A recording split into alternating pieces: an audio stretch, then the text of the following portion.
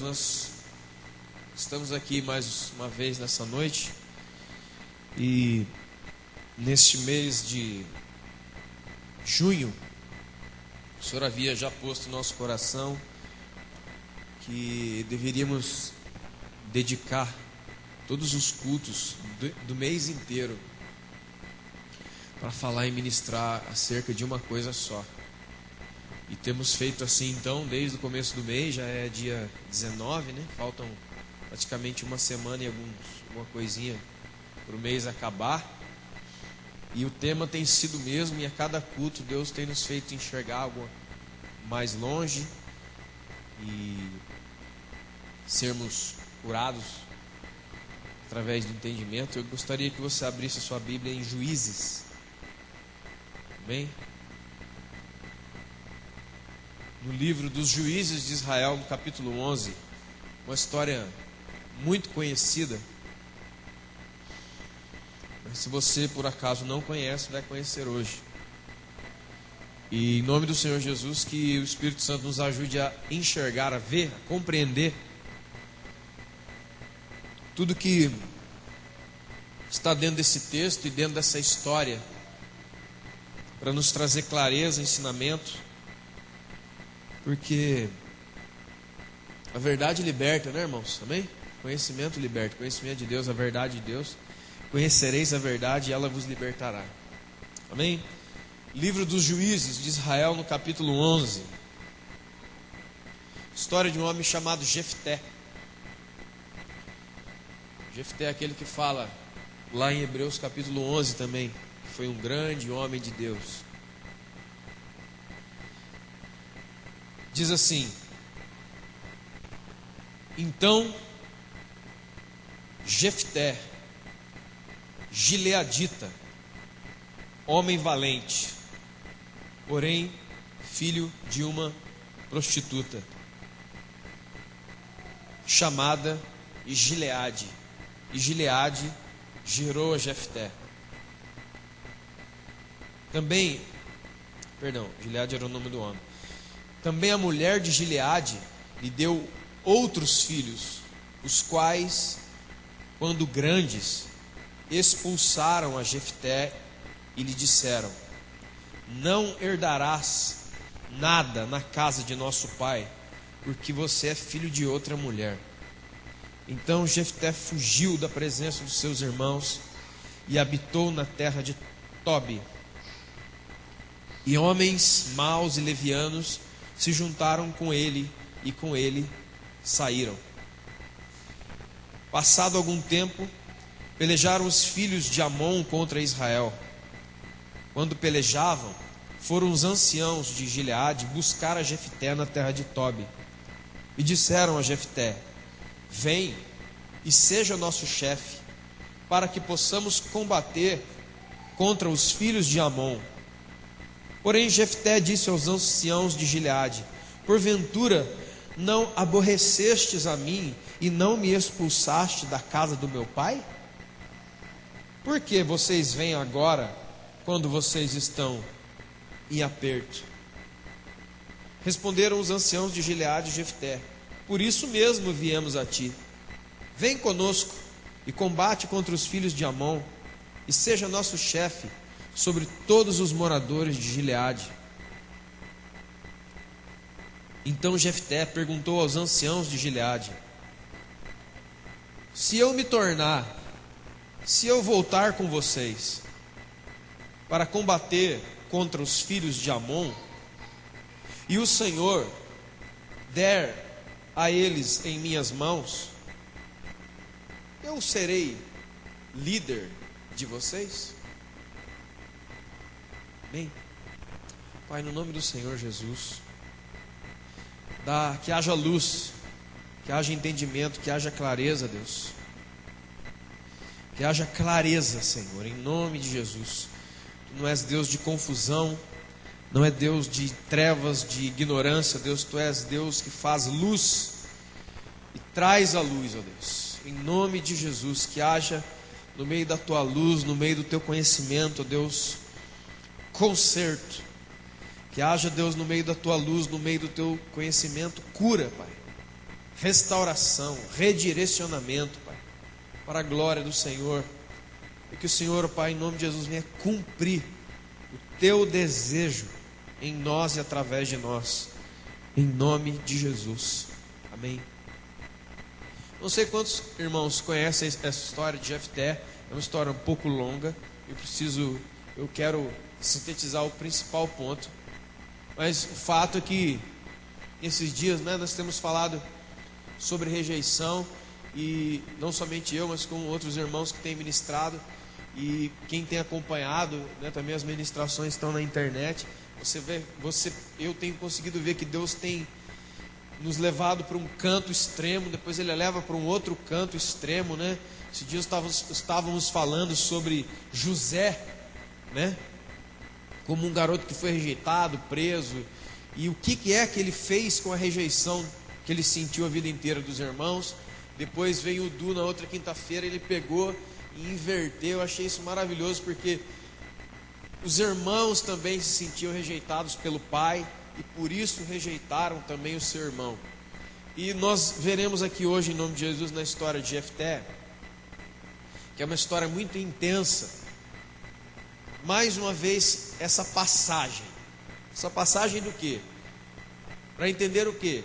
Que alguém que tem uma raiz de rejeição dentro dele, causada por diversas razões que nós já conversamos em cultos anteriores, uma das coisas que ele vai fazer como demonstração, como uma mostra de frutos venenosos daquela raiz de rejeição, é passar o que ele sentiu para outras pessoas, e isso de diversas maneiras. Nós vamos ver uma coisa que aconteceu aqui na vida de Jefté. Israel mais uma vez estava em guerra contra os povos vizinhos, os povos que estavam ali na terra de Canaã, que já estavam ali. E um desses povos eram os amonitas, ou os filhos de Amon. Então Israel em guerra com aquelas pessoas. E por faltar um capitão, um general à altura daquela guerra, à altura da vitória que eles precisavam, eles foram atrás de um cara que tinha sido expulso dali, que já não vivia mais ali. O nome dele era Jefté. E aí começa a história, diz que ele era gileadita, ou seja, de Gileade.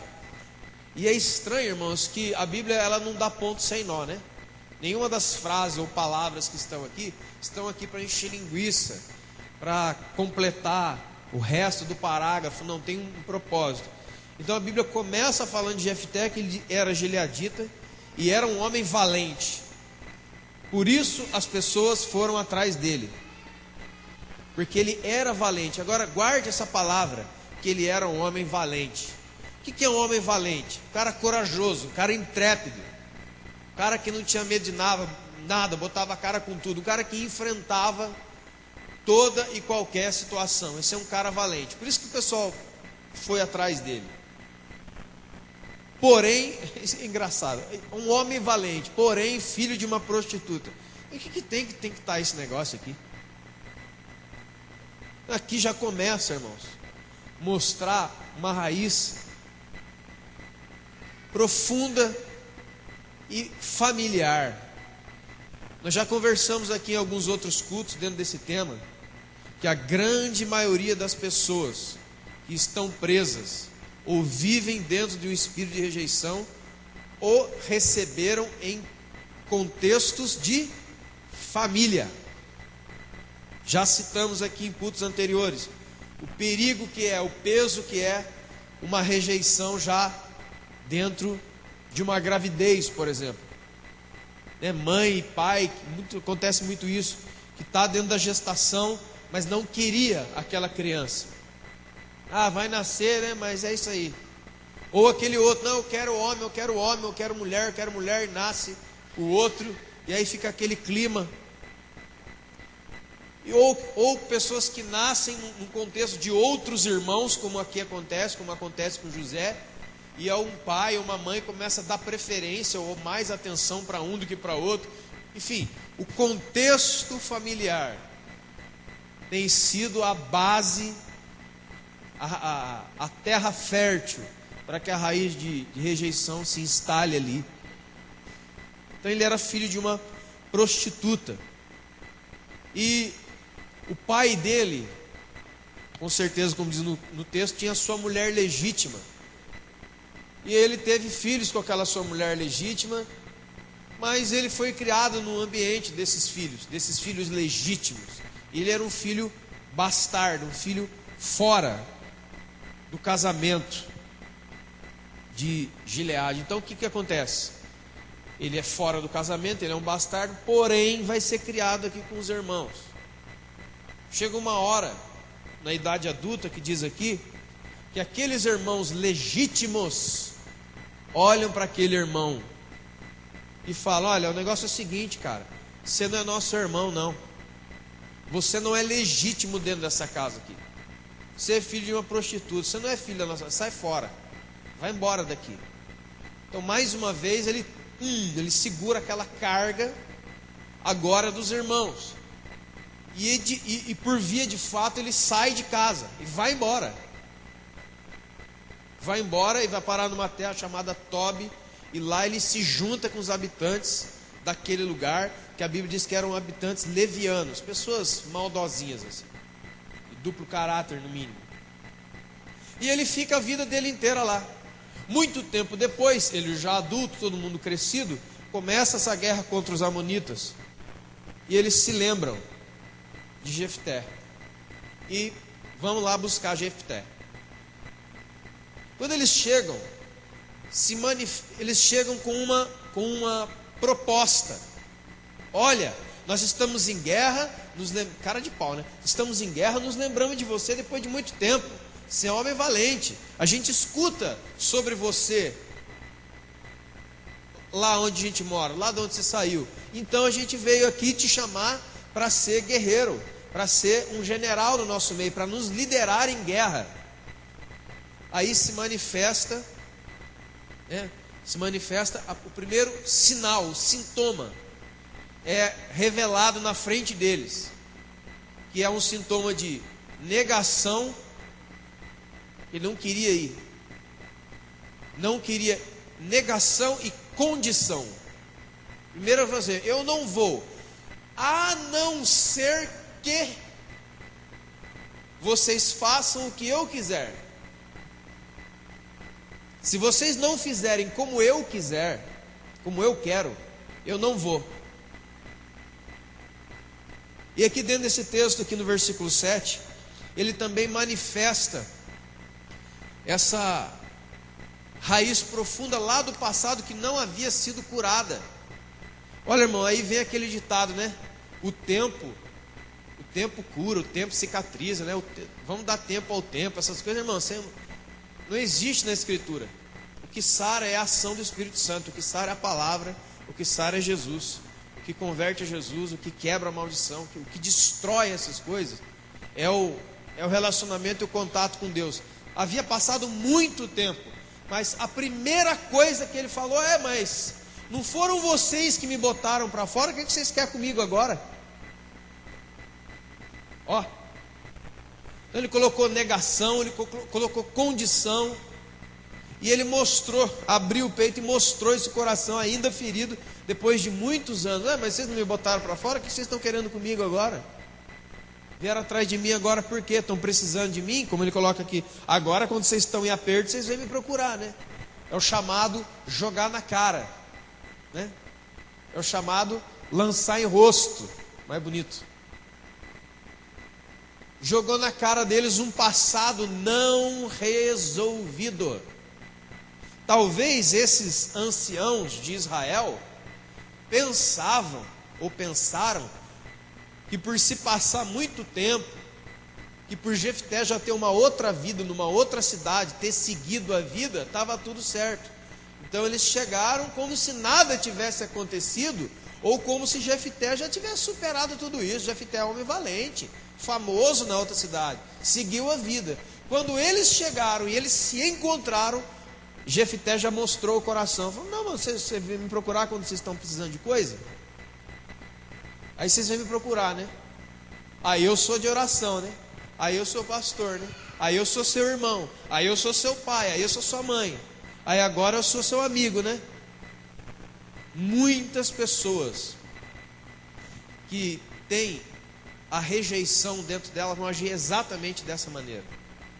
Vou fazer um pequeno exemplo, por exemplo, em relacionamento de amigos.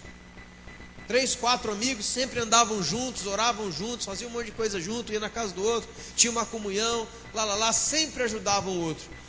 A partir do momento que um daqueles amigos começa a se sentir rejeitado, porque os amigos dele agora têm outros amigos também, estão entendendo, irmãos? Ele se sente rejeitado, afasta e vai se afastando. E depois de algum tempo, se alguém tentar acessar aquele amigo para alguma coisa, como era feito antes, a primeira coisa que essa pessoa vai fazer é: mas agora vocês lembraram de mim? Estou aqui em casa não sei quantos dias, ninguém veio me ver. Eu estou aqui não sei o que, já não sei o que aconteceu. Eu estou aqui, passei fome esses dias, fiquei com febre, ninguém veio tirar minha febre. É porque eu queria tomar um sorvete, ninguém me chamou. Sabe, a primeira coisa é essa aqui, ó. Quando você está em aperto, você me procura, né? Mas saiba agora que se para eu ir tem uma condição. Qual foi a condição? Versículo 9. Se eu for combater por vocês, vocês me deixam ser o líder de vocês? Eu quero ser o líder de vocês. Irmãos, hoje, falar vamos ministrar ao corpo hoje, lembra? Estamos ministrando ao corpo, então não falando de gente além da aliança de Jesus, gente que a gente chama do mundo, né? Vamos dizer assim. Nós estamos ministrando ao corpo, então nós estamos falando, tudo que nós vamos falar aqui hoje são coisas relacionadas a atos e ações que acontecem dentro do corpo. Hoje, por que existe, irmão, dentro da igreja,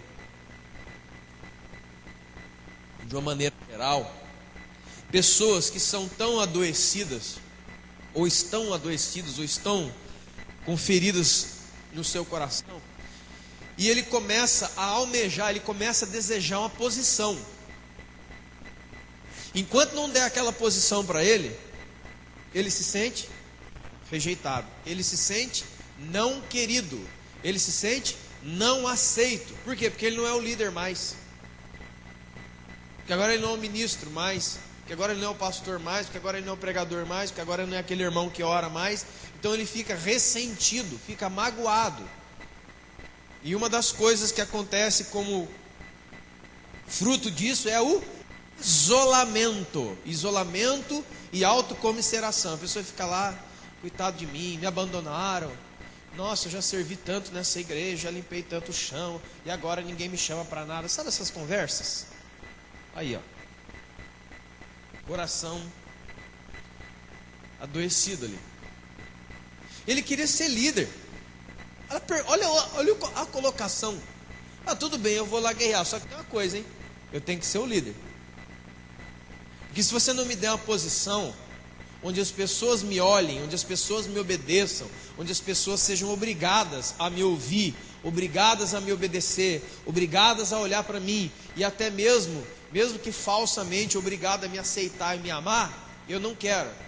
Então quando ele fala: eu quero ser o líder de vocês, ele está dizendo coisas mais profundas. Ele está dizendo: eu preciso do amor, eu preciso de atenção, eu preciso que as pessoas me olhem, eu preciso estar na boca das pessoas, as pessoas têm que estar falando de mim. Estão entendendo, irmãos?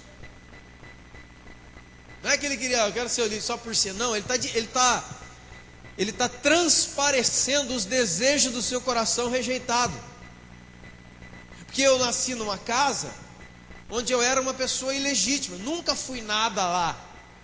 Eu era o filho da prostituta, eu vivia no meio dos meus irmãos, mas eu era quem? Eu era filho da prostituta, sempre fui. Sempre fui aquele menininho ali, tadinho dele. Nós aqui somos família. E esse aqui? Esse aqui está aí com a gente, né? É filho do meu pai só. Tá aí. A turma, filho do seu pai, é bonitinho, legal. E aí faz eu entender muita coisa, irmão. Sabe de uma coisa? Muitas pessoas que têm essa raiz de rejeição, foram atingidas pela rejeição. Uma das coisas que ele vai fazer é criar em volta de si um muro, uma carapaça, um personagem. Porque a rejeição manda uma mensagem na cabeça dele. Você sempre foi o garotinho dentro da sua casa, o filho da prostituta, o rejeitado. Seus irmãos eram aí, estava tudo legítimo. Mas você, né? Você era sempre aí o coitado, né? O que sobra. Tadinho dele. Agora, você saiu da casa do seu pai. Eles te expulsaram. O que é que você vai ser? E ele se torna um homem valente. Entendeu?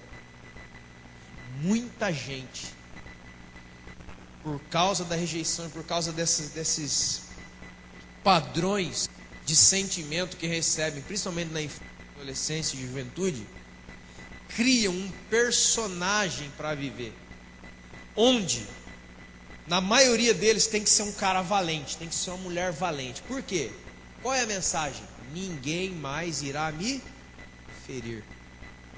Ninguém mais vai fazer comigo o que faziam quando eu era criança. Aquele sentimento que eu sentia, talvez tantas vezes que eu chorei, tantas vezes que eram colocados, um exemplo, tá, irmão? 3 tigelinhas de doce, o que sobrava ficava comigo. Os meus irmãos me zombavam. Meu pai, nunca senti muito amor dele. Talvez, como num outro caso também de rejeição famoso, que é a questão de Abraão, Ismael e Isaac. Você vê claramente que Abraão não tinha Ismael como um rejeitado, não. Você vê claramente isso. Embora Ismael teve que se apartar, porque de Isaac que veio a aliança. Mas você vê que o que acontece dentro da casa de Abraão? Uma guerra entre a mulher de Abraão, Sara, Ismael e Agar. É Sara que chega e fala: olha, o filho dela aí, tá zombando de Isaac, tá entrando numa com Isaac aí, tá tirando sarro dele. Bota esta mulher para fora. E a Bíblia diz que Abraão vai lá, faz uma trouxinha para ela, dá para ela e fala: por favor, vai embora. Vai embora. Ismael não era uma criancinha de colo. Por volta de 15 a 18 anos, aproximadamente, já era um rapazinho. E eles dois saem para o deserto. A Bíblia diz que a comida acaba. E Agar para num lugar, começa a chorar. Mas antes de ela parar nesse lugar para começar a chorar de desespero, ela deixa o filho dela, Ismael, num outro lugar, distante dela, para ela chorar e ele não vê. E a Bíblia diz que Deus ouve o choro dela, vem e fala: não tem problema que ele te mandou embora. Eu também farei de Ismael uma grande... Eu ouvi o choro. Eu não vou rejeitar. Vou também fazer dele uma grande nação. E estamos aí. Você vê que esse contexto dentro de família, o que eu estou querendo dizer? Muitas vezes, neste caso aqui, eu particularmente creio, pelo contexto da leitura, que é um caso muito parecido com o de Abraão. O pai que queria dar bastante amor para aquele filho, mas a esposa e os outros filhos não gostavam disso. E para agradar a esposa e os outros filhos, que eram legítimos, ele dava meio pedaço de pão para aquele filho. Quantos estão entendendo? E ele recebendo, absorvendo tudo aquilo. Qual é a mensagem? Cara, você saiu de casa, seus irmãos te expulsaram, seu pai não fez caso, nunca ninguém veio atrás de você. Então tem 2 alternativas: ou você vai viver o resto da sua vida sendo pisado e largado, ou você se torna um cara valente, um cara bravo, um cara... Ninguém mais vai fazer isto comigo. Nunca mais ninguém vai me tocar assim. Nunca mais ninguém vai, eu nunca mais vou sentir, nunca mais vou chorar. Vou me transformar num cara tão valente, tão poderoso, tão decidido. Sabe aquela turma? E as pessoas vão começar a me admirar. Tanto isso é verdade, que a fama dele cresceu tanto, que o pessoal foi atrás dele, lá em Tobi. Quantos estão entendendo, irmãos? Essa questão que ele era um homem valente. Irmãos, eu já conheci na minha vida um monte de gente, e até mesmo eu, até uma certa altura da minha vida, vivia exatamente assim, fazendo e acontecendo, até mesmo, ou muitas vezes, ou principalmente dentro da igreja, fazendo, acontecendo, aparecendo como um cara de destaque, mas a base nunca foi o amor a Jesus e o Evangelho. Eu precisava me autoafirmar no meio das pessoas, para que as pessoas falassem sobre mim, as pessoas viessem até mim, porque eu sou líder, porque eu sou líder disso, porque eu sou líder daquilo, e as pessoas vêm se aconselhar comigo, e eu me sinto o quê? Querido, eu me sinto o quê? Importante, eu me sinto o quê? Amado. Todas as coisas que eu precisava que acontecessem dentro da casa do meu pai, falando de Jefté, mas não aconteceram. Então eu vou produzir estas coisas de qualquer maneira. Vocês estão entendendo, irmãos? Olha o que a rejeição faz com o caráter e a personalidade de uma pessoa.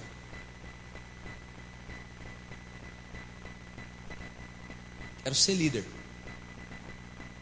E ele foi. Se tornou líder, empreendeu guerra contra os amonitas, fez o que fez, se tornou um grande general ali, conduziu os israelitas em guerra de uma maneira fantástica. E agora eu quero que você abra, em nome de Jesus, no verso de número 29 do capítulo 11. Nós vamos ler agora a partir daí. Mas eu aconselho você, em nome de Jesus, a ler toda a história na sua casa, porque é uma história dramática mesmo.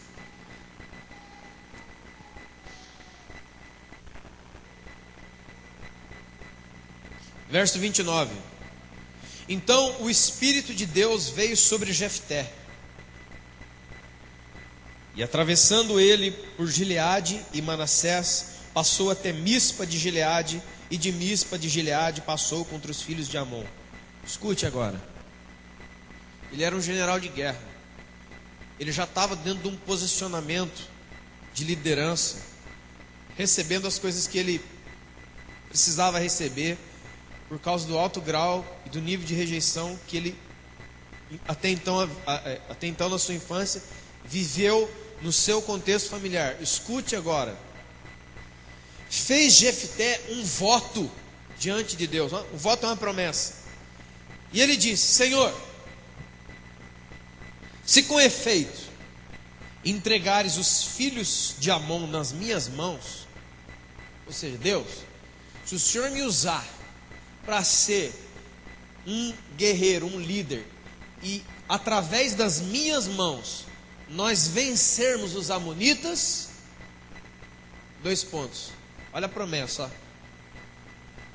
Quem primeiro sair da porta da minha casa ao meu encontro, voltando eu vitorioso, esse eu oferecerei como sacrifício ao Senhor. Novíssima tradução da noite de agora. Deus, ouve a minha oração. Senhor, eu estou precisando de ser vitorioso. Porque ele descobriu que só a liderança, só receber atenção, só receber um amor, os olhares, os conselhos, a obediência, não bastava.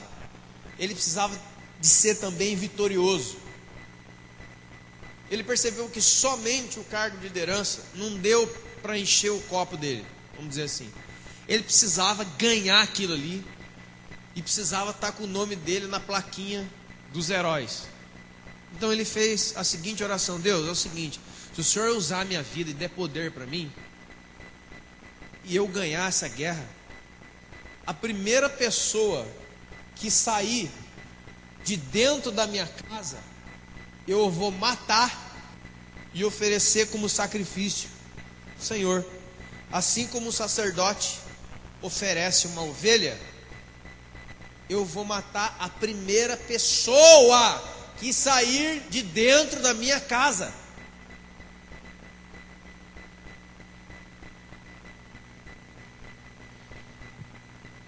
Aqui tem uma coisa muito estranha. Eu estava pensando esse dia sobre isso, e orando, e perguntando isso. Meu Deus, tem uma coisa estranha aqui. Essa história do Espírito do Senhor veio sobre ele, no meio de um absurdo desse. O que é isso aqui, Deus? E entre tantas explicações que eu acredito que possa ter, uma coisa Deus falou no meu coração. Falou: meu filho, eu vou vencer os amonitas. Senhor, eu vou vencer os amonitas. Quem eu tiver que usar para fazer isso, eu vou usar, mas eu vou vencer os amonitas porque eu sou o Senhor. Irmãos, nessa história do mundo, você vai ver, principalmente na Bíblia, alguns casos muito estranhos, que para se cumprir a vontade soberana de Deus, ele usou mula, usou um animal de carga, uma mula.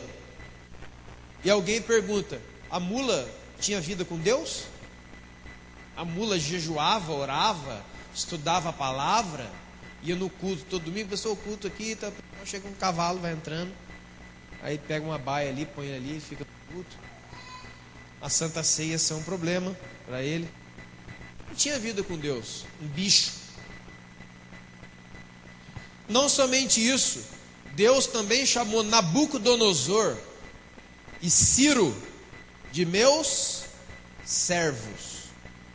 Tanto um quanto o outro eram inimigos declarados de Israel e não eram flor que se cheira. Você vê o Nabucodonosor, ele era um cara tão treta, tão mau, que Deus teve que transformar ele num tipo de animal. Fez crescer pelo, um bagulho, ele virou tipo um lobisomem, começou a comer mato, só para dar uma envergada nele, tão orgulhoso que Nabucodonosor era.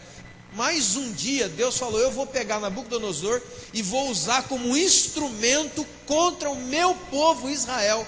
E foi lá e pegou Nabucodonosor. Nabucodonosor veio, rebentou com Israel, acabou com tudo e ainda levou o povo de Deus preso, cativo por 70 anos na Babilônia, em nome do Senhor. E só soltou quando Deus, mesmo Deus, toca no coração de Ciro e Ciro liberta o pessoal. Libera o pessoal. É muito interessante isso. E o que eu estou querendo dizer? Quando Deus quer uma coisa, irmãos, Ele vai fazer essa coisa. Esteja você pronto ou não, esteja você disponível ou não, seja você um crente ou não. Pasmem, mas é verdade. É verdade. Se Deus quiser fazer algo e não tiver crentes disponíveis, fiéis, como diz, dessas pedras levantarei filhos de Abraão. Se vocês não clamarem, as pedras clamarão. Então o convite para, por exemplo, fazer a obra ou fazer a vontade do Senhor é uma maneira onde Deus está honrando a sua vida. A sua vida está sendo honrada. Não é você que está fazendo um favor para Deus, não. Não interprete dessa maneira, porque isso é muito errado. Ah, vai ter, por exemplo, um evangelismo lá em Taubaté, umas boca quente lá no sabadão. Nós vamos passar o dia inteiro evangelizando. Ah, cara, mas esse dia eu esqueci que eu marquei de fazer o que mesmo? Deixa eu inventar uma coisa. Ah, soltar pipa. Você nunca soltou na sua vida, mas vai soltar no sábado para ter uma desculpa para não ir no evangelismo, por exemplo. Não entendeu que Deus está querendo te dar uma grande honra, que a Bíblia diz que os anjos desejaram e não lhes foi dado a nós, o de levar o nome de Jesus. Isso é a maior honra que você pode sequer sonhar e receber na vida. E a gente está, não quero não, deixa eu fazer uma outra coisa aí, ou no cinema.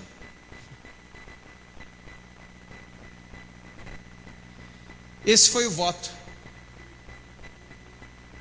Você vê, irmãos, muitas pessoas sendo usadas por Deus. Não confunda usado por Deus com aprovado por Deus. Amém? Nunca confunda usado por Deus aprovado por Deus. O Jefté, na sua audácia e na sua valentia, foi lá e fez esse voto. Mas qual que é a raiz desse voto, gente? O primeiro que sair da minha casa eu vou matar. Sabe o que aconteceu? Você conhece a história? Ele vence os amonitas, ele pega os inimigos de Deus e ele consegue vencer e vai voltando para casa, vitorioso. Deus me usou, Deus me usou, Deus me usa, aleluia, glória a Deus. Irmãos, a grande maioria das pessoas que estão nesse parâmetro de Deus me usa, aleluia, podem ainda estar com seríssimos problemas de caráter e de outras áreas da vida.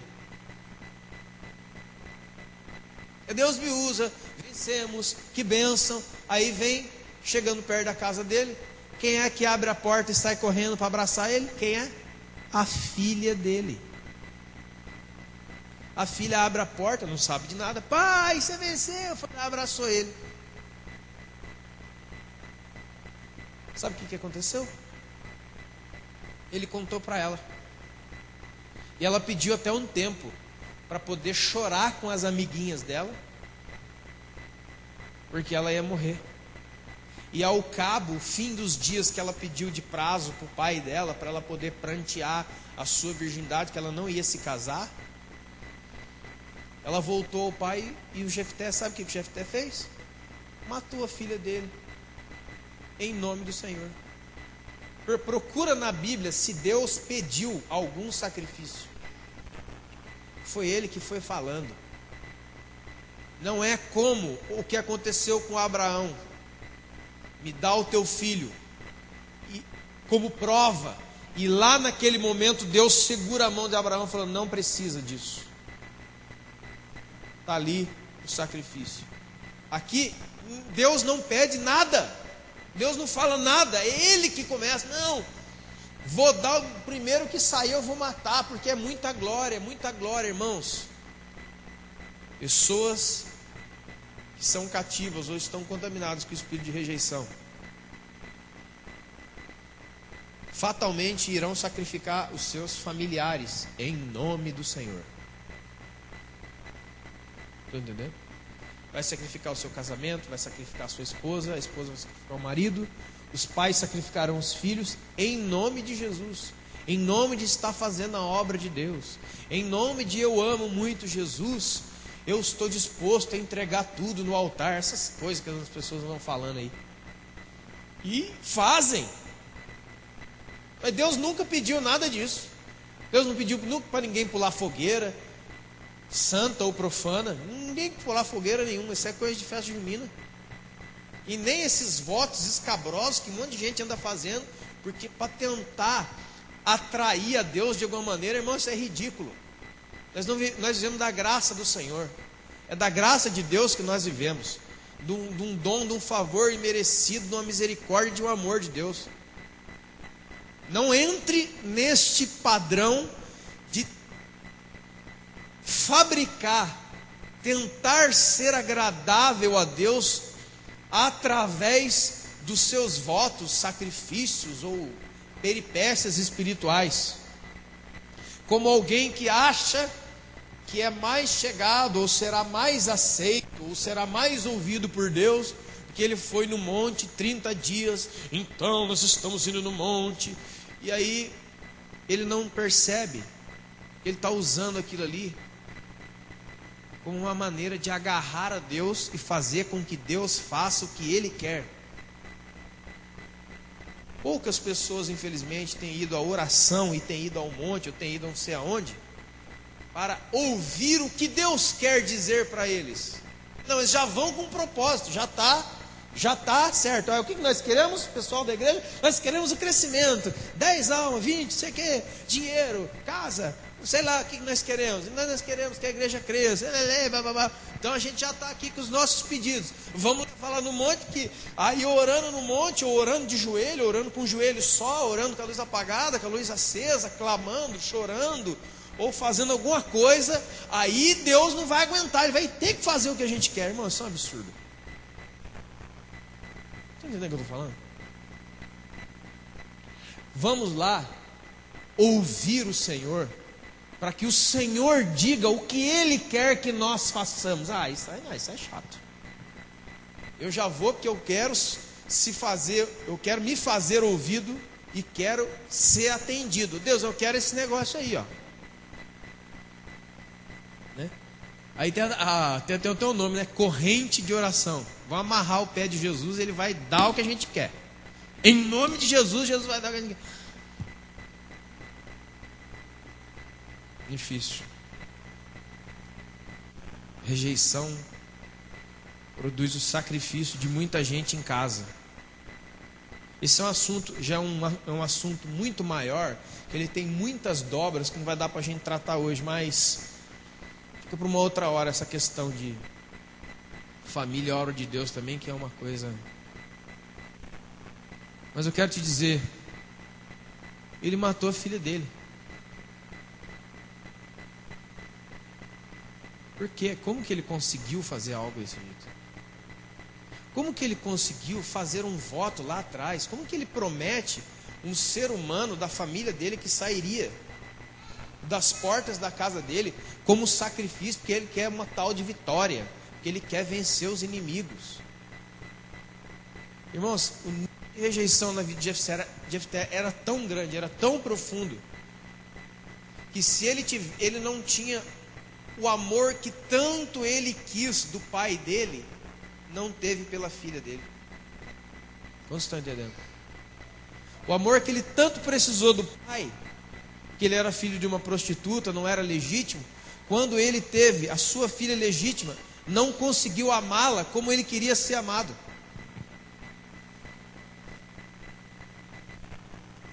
Traduzindo, a raiz da rejeição, ela vai passando, ela pode se tornar geracional. Pai para filho, filho para pai. O meu vovô tratou o meu pai de uma tal maneira, papai vai me tratar de uma tal maneira. E quando meus filhos nascerem, existe uma grande chance de eu tratá-los da mesma maneira. Irmãos, é gigante o número de pessoas que dizem esta frase. A gente faz uma comparação. Irmãos, em nome de Jesus, escuta isso aqui, ó. Nós devemos pensar, sentir e agir a partir de Jesus Cristo, não a partir do que o seu avô viveu, nem do seu pai, nem da sua mãe. Mas meu pai era a pessoa mais supimpa da minha vida. Mas ele não é Jesus, e a mamãe também não é. E aquele tio que vinha e brincava com você e te dava doce também não é. E a vizinha que fazia bolo de fubá quando você era criança, queria morar na casa dela, também não é Jesus. Jesus é Deus, Ele é o Senhor. Não tem comparação. Você entenda a seguinte coisa: muitas vezes a gente entra nesse padrão de não tratarmos ou não criarmos os nossos filhos como a Bíblia diz que tem que ser, porque eu sempre vou usar aquela frase: mas meu pai nunca me deu nada disso, eu estou vivo aqui. Estou vivo daquele jeito, né? Coraçãozão velho de guerra, ó, rodando totalmente errado.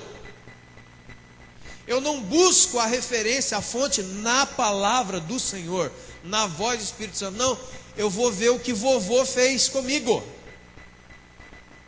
Na minha época, sabe aquela coisa? Na minha época não tinha nada disso. A gente comia terra e barro mesmo. Então você vai comer terra e barro também. Quantos de nós, talvez todos, já não dizemos uma vez isso? Eu já. Nós lançamos num lugar errado, porque fomos rejeitados, não tivemos aquilo que nós verdadeiramente queríamos, achamos que os nossos filhos também não tem que ter. Não tive nada disso. Eu não tive celular na minha época, nessa época não tinha celular. Na época do Ari, que era moço, não tinha celular. Eu também na minha época não tinha. Quem tinha uma linha telefônica era rico, eu me lembro muito bem. Uma linha telefônica, eu me lembro, a minha tia trocou uma linha telefônica num carro. Hoje, celular, compra um chip e ganha o celular. Qualquer um tem, não vale mais nada. Nós fazemos esta medida, porque não recebemos o amor, a atenção, o carinho, ou alguma coisa na nossa época de infância. A gente faz essa recolocação daquilo, falando: olha, você também não precisa não. Poxa, eu sempre quis que o meu pai me buscasse, um exemplo, na porta da escola. Minha mãe fosse me buscar um dia na porta da escola. Nunca aconteceu isso. Aí o meu filho começa a ir na escola: vai sozinho, rapaz. Puxa, pai, você não pode ir lá um dia? Não, ninguém fez isso para mim, você não precisa, não vai morrer não. Vai morrer não, nós somos um homem. Não. Essa foi a história, irmão, de Jefté. Para nós vermos que o que acontece dentro das nossas casas, nos nossos relacionamentos de marido, mulher, pai e filhos, é super importante e determinante do tipo de semente que nós estamos lançando. E o que é que vai gerar essa semente? Então a Bíblia fala, por exemplo, de raiz de amargura. Raiz é uma alusão à planta, né? Ao mundo das plantas. Mas nenhuma raiz começa por si só. Ela é uma semente antes. Foi lançada uma semente. Ela se transforma numa raiz de amargura, que depois brota e perturba todo mundo. Assim como raízes de rejeição. Da onde é que veio?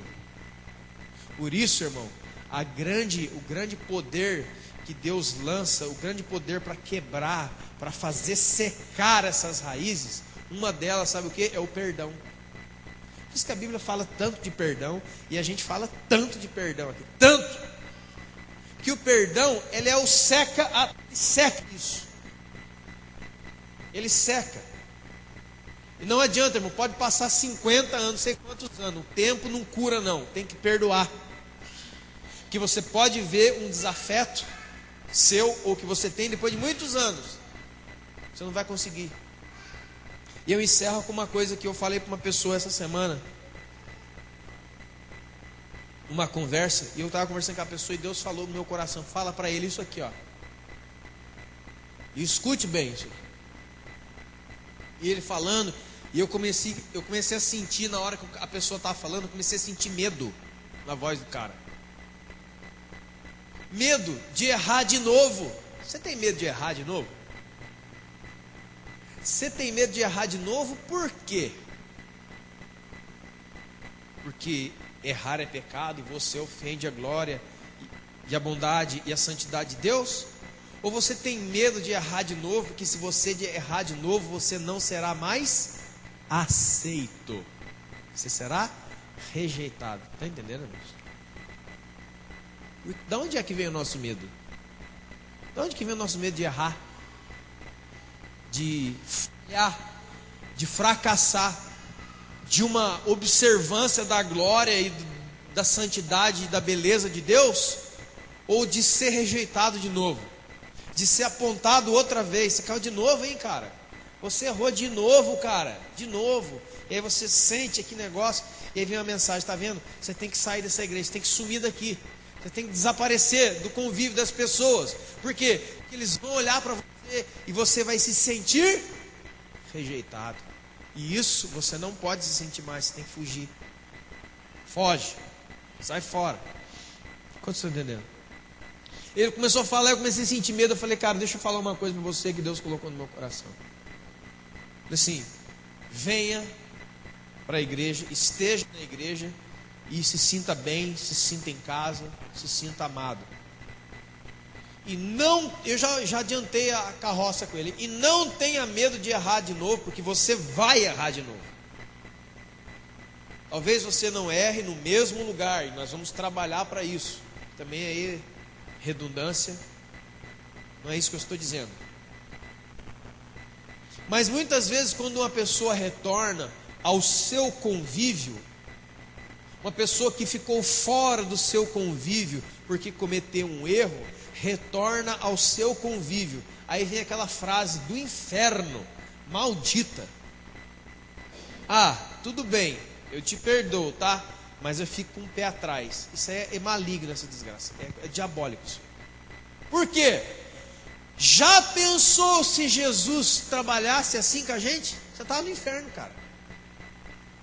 Ou você acha que Deus chamou você na graça para te salvar, para ser pastor, para ser músico, para ser sei lá o quê, pensando que você é um cara que não falha, que não erra, que não vai deixar a desejar? Sonha. Sonha. Você acha que quando Jesus foi atrás de Pedro e perguntou: você me ama, você me ama, você me ama? Você acha que aquelas 3 afirmações livrariam Pedro de cometer erros futuros? Não. E para quem leu Atos e leu Gálatas, principalmente Gálatas capítulo 2, você vê o Pedro não sabendo se ele era da turma dos judeus ou se ele já estava naquela liberalidade do evangelho para os gentios. Então quando os judeus desciam da igreja de Jerusalém, ele se comportava como que tem costume judeu. O apóstolo Paulo chega, já dá no pé do ouvido dele e falou: cara, você é 2 caras, rapaz. É a nova tradução de hoje, tá, irmão? Você é 2 caras, rapaz. Quando o pessoal da igreja X desce aqui, você é um. Aí quando eles vão embora, você quer cair no meio do povão, rapaz? Rapaz, o que você é, meu? É um erro. É Pedro sendo confrontado e corrigido no meio dos outros por causa de falha. Irmãos, quando Deus chama você, quando Deus me chamou, quando Deus chamou todos nós aqui à salvação e ao ministério, para quem tem trabalhado e servido a Deus aqui de alguma maneira, não pense que Deus chamou você pelos seus atributos maravilhosos, porque a sua oratória é boa, porque o seu louvor é maravilhoso, porque é o seu serviço, porque o seu diaconato, porque a sua pintura de parede. Ele já sabe, conhece a nossa estrutura e sabe que nós somos. Ele sabe que amanhã você não vai ser aquele um Superman da fé. Ele sabe que você vai chorar. Ele sabe que você vai duvidar. Ele sabe que você vai tremer. Ele sabe que você vai reclamar. Ele sabe que você vai errar. Mas é aí que está a graça, a maravilhosa graça de Deus. Ele nos chama não segundo nós somos, mas segundo o que Ele é. É o que Ele é. É o que Ele fez e não o que você e eu fizemos. Amém, querido? Nunca confunda isso, porque senão o bicho feio vai pegar a sua cabeça e vai transformar você num legalista, numa pessoa muito difícil. E eu falei: cara, não tenha medo, porque eu não tenho pé atrás com você. Eu falei para ele: não tem esse negócio de pé atrás. Aí ele começou assim: não tem, pode vir. Tudo que foi Deus deu a você, Deus não retirou de você. Você continua sendo aquela pessoa que você era. Os de Deus são irrevogáveis. Se você tem um chamado, se você tem uma unção, se você tem um trabalho, você continua sendo. E não vou te tratar a despeito do seu erro, como se agora você tivesse sido anulado, ou desmerecido, ou foi retirado alguma coisa de você, porque você errou. Pode vir sem medo. Pode vir para o relacionamento sem medo. Pode vir para a igreja sem medo. Ninguém aqui, eu não tenho pé atrás com você. Eu estou preparado com os seus erros, porque Deus se preparou para ter os meus erros. Amém, querido? E isso eu digo para todos que estão aqui. Eu quero dizer isso para vocês, todos em nome de Jesus. Como pastor, no relacionamento de pastor e membros, e aquelas pastor, líderes e liderados. Quero dizer uma coisa para você. Eu não tenho pé atrás com você. Eu não tenho pé atrás com ninguém. Eu acredito que quando Deus perdoa uma pessoa, Ele perdoa a pessoa. Se Deus perdoa a pessoa, eu não vou ficar colocando mais outras cobranças em cima da pessoa, porque Deus já perdoou aquela pessoa. Se Deus perdoa aquela pessoa, como que eu vou colocar outras coisas a respeito daquela pessoa? Então, se você quer vir, se você quer se relacionar, pode vir sem medo. Não deixe a rejeição gritar no seu ouvido, dizendo: mas toma cuidado, porque aquele irmão é rígido, porque aquela irmã é rígida demais, porque essa igreja é rígida demais, e então se você errar eles te fuzilam, eles acabam com você. Isso é uma mentira de Satanás. Inclusive, a igreja é a casa daqueles que erram, mas que foram lavados e salvos, não pelos nossos atos de justiça, mas por um ato de justiça eterno, que é o sangue de Jesus. Bem, você pode se colocar de pé? Eu te convido a fechar os seus olhos por um instante, baixar sua cabeça.